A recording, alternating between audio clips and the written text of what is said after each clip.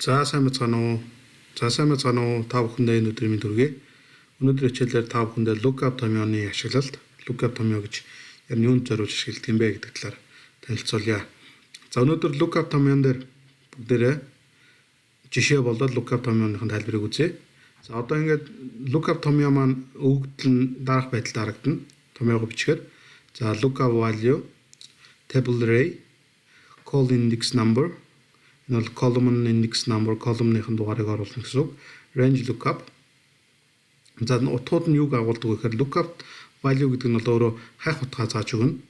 Хайх утгаа ямар мэдээлэл хайх гэж байгаа тухайн хайх мэдээлэлээ заана. За table array гэдэг нь өөрөө ерөөсөө л товчхондоо яг ямар датанаас мэдээлэл хайх гэж байгаа тэр датагаар зааж өгнө гэсэн үг. Товчхондоо ойлгомжтой байх үднээс. За call index number нь зааж өгсөн дата мэдээллийг сонгож авсан үднээс ахгуулаад хоошоо хэд төмөрөн дээр тухайн хэд баган дээр тухайн мэдээлэл чинь байгаа юм бэ гэдэг хэд гэсэн мөрөө зааж өгнө. Багныхын дугаарыг зааж өгнө. За range lookup буюу тухайн мэдээлэлтэй ойролцоо утгыг авах юм уу те. Жишээлбэл 10 гэж 10 гэсэн одоо юу гэдэг интервалтай юм байх юм бол 5-аас 10 хооронд гэсэн интервал байх юм бол юу гэдэг те 8 5-аас 10 дунд нь ерөөсөө 8 9-10 ч юм уу те одоо тэр нь орно. Тэрнээс бусад мэдээллүүд нь болохоор өөр рейнжтэй ордог ч юм уу. Ер нь бол ингээд ойролцоо энэ рейнж тогтоолоход болохоор true гэдэг томьёолыг false дээр болохоор яг ижил утгыг авна гэсэн томьёолоор false гэдгийг авдаг. За одоо бүгдээр жишээлээ аваад үзэх юм бол илүү ойлгомжтой болоод ирнэ. За хамгийн түрүүнд бүгдээр өгөгдсөн мэдээлэл дундаас даалгавар 1 дээр санхүүгийн програм дээр зарлагдсан тоошгийг борлуулсан тоошигтэй тулгах гэдэг ийм мэдээлэл байна. За мэдээж нэгтлэнгууд энэ бол өдөр тутамдаа байнга ашигладаг. За жишээлбэл энэ absolute 0.75 гэсэн бараа бүтээгдэхүүнийг 6-ыг зарлагдсан гэсэн санхүүгийн програм дээр өгөгдсөн борлуулалтын тайлан дээр яг яаж орсон бэ гэдгийг авахын тулд lookup томьёолыг бичнэ. За lookup value дээр нь одоо бүгдээр энэ бараагаа сонгож өгнө. За absolute 0.75 гэсэн барааг бүгдээрээ хайхаж байгаа. Окей. За мэдээж энэ маань параметралуудаа динамик дээр хоошоо уршаа гүүх гэж үзвэл яг хоо хоосоо орхиж болно. Хэрвээ гүүхээр бол ер нь альч тохиолдолд F4-өө дараад багныг ингээд төгжсөн байх нь зүгээр. Баг нь төгжнө гэдэг нь өөрөө өсгийн урталтаа доллар тэмдгийг авна. Тооны урталт доллар, өсгийн урталт доллар гэх юм бол ерөөсөө баган ч хөдлөхгүй доошоогоо дэшигээ альтлуугаа хөдлөхгүй гэсэн үг. Хэрв тооны урталт доллартай байх юм бол мөрийн дагуу хөдлөхгүй, багны урталт доллартай байх юм бол багны дагуу өсгөн мэдээллийн урталт доллартай байх юм бол багны дагуу хөдлөхгүй гэсэн үг. За бүгдээрээ багны дагуу хөдлөхгүй буюу өсгийнх нь урталт долларын тэмдэг авлаа. За таслаа аваад table array. За бүгдээрээ мэдээж борлуулалтын тайлбар сонгож байгаа учраас борлуулалтын тайлбарыг бүтнээрээс авчээ. Бүтнээр нь авлаа. Бас нэлээд доошоо тайлбар байна. Бүтнээр нь авчээ. За мэдээллийг ингээд бүтнээр нь авлаа. B15-аас F14 гэсэн. За бас төгчжээ. Мэдээж бидлээс доошоо тайлангаа доошоо хөдлөх учраас бүх баг нь мөрийг төгжлээ. F4-д дараад F4-өө дараад төгжлээ.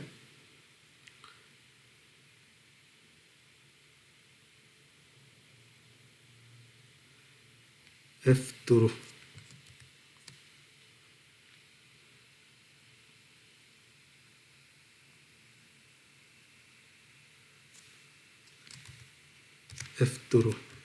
гэсэн томьёог дараа шүү бүгдээрээ F4.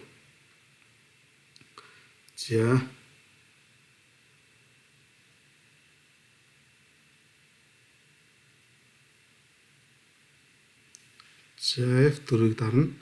За мэдээлэл төгжлээ. За таслаа авлаа.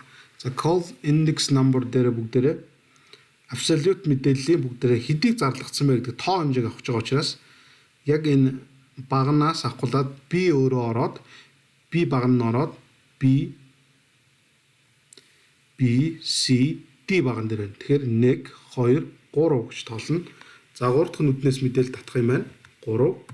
За тэгэнгүүт approximate match буюу ойролцоо утга, exact match буюу яг тухайн утгыг авна. Exact match false. Алтаалаа.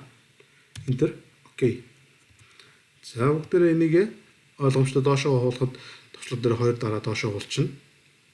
За ингээд яг тухайн мэдээлэл маань ингээд бүгд тухайн утгаас татаа ороод ирнэ. За даалгавар 2-ыг дахиад харчи. Санхүүгийн програм дээр борлуулалт аль салбар дээр борлуулсан байсан бэ гэж. Санхүүгийн програм дээр борлуулалт аль салбарын борлуулалт байсан бэ гэж. За даалгавар 2-ыг авахын тулд бүгдээрээ салбар гэдэг энэ томьёолыг дахиад бичих юм байна. За энэ дээр орсон байсан жишээг арилгая. За мөн адилхан lookup бичлээ. Absolute архиа заалаа. Уртлын багныг түгжээ.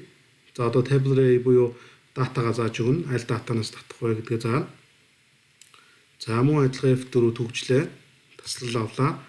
1 2 3 4 5. 5 дахь нүдэн дээр салбарын мэдээлэл байна. 5. Мөн адилхан exact match. Халтаалаа. Окей. За ингээд доошо 2 дарлаа. Absolute 75 50 гэсэн грамта бараануудыг хаан зарсан байна. Салбар 1 салбар 2 дээр зарсан байна. Мөн адилхан салбар 1 салбар 2. Гэх мэтлэнгээр lookup томьёог ашигланаа. За энэ lookup томьёон дээр хамгийн чухал анхаарах зүйл юу вэ гэхээр exact match гэд мэдээлэл өгөгдсөн байгаа тохиолдолд та бүхний оруулсан мэдээлэл дата маань өөрөө. За жишээлбэл absolute 0.75 гэсэн бараа бүтээгдэхүүн тухайн датаны доторчин зөвхөн нэг утга л байх ёстой. Хэрв тухайн датаны доторчин absolute 0.75 гэдэг мэдээлэл 2 магадгүй түүнээс олон удаа давтагдаж орсон байх юм бол тухайн томьёолол өөрөө absolute 0.75 гэдэг 3 удаа орсон байхад хамгийн ихний сонгогдсон датаны хойно байгаа мэдээллийг шууд авна.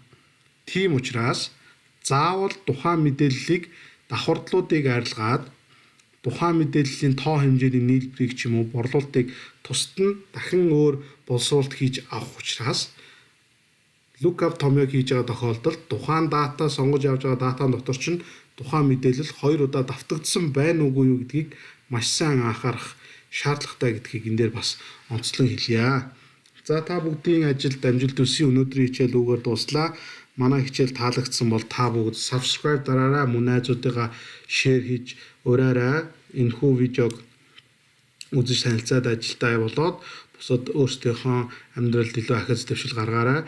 Бүгдээрээ илүү хялбар бөгөөд амар ажиллахын тулд Excel програмыг заашгүй мэдэх шаардлагатай. За тийм учраас бүгдээрээ миний оруулж байгаа хичээлүүдийг баг багаар алхмаар нь суралцаад ажиллуулад амьдралдаа илүү их ахиц гаргаарай. Амжилт хүсье. Subscribe дараарай, share хийгээрэй. Дэмжиж өгөөрэй. Баярлалаа. Баяртай. Та бүхэнд ажилд амжилт хүсье.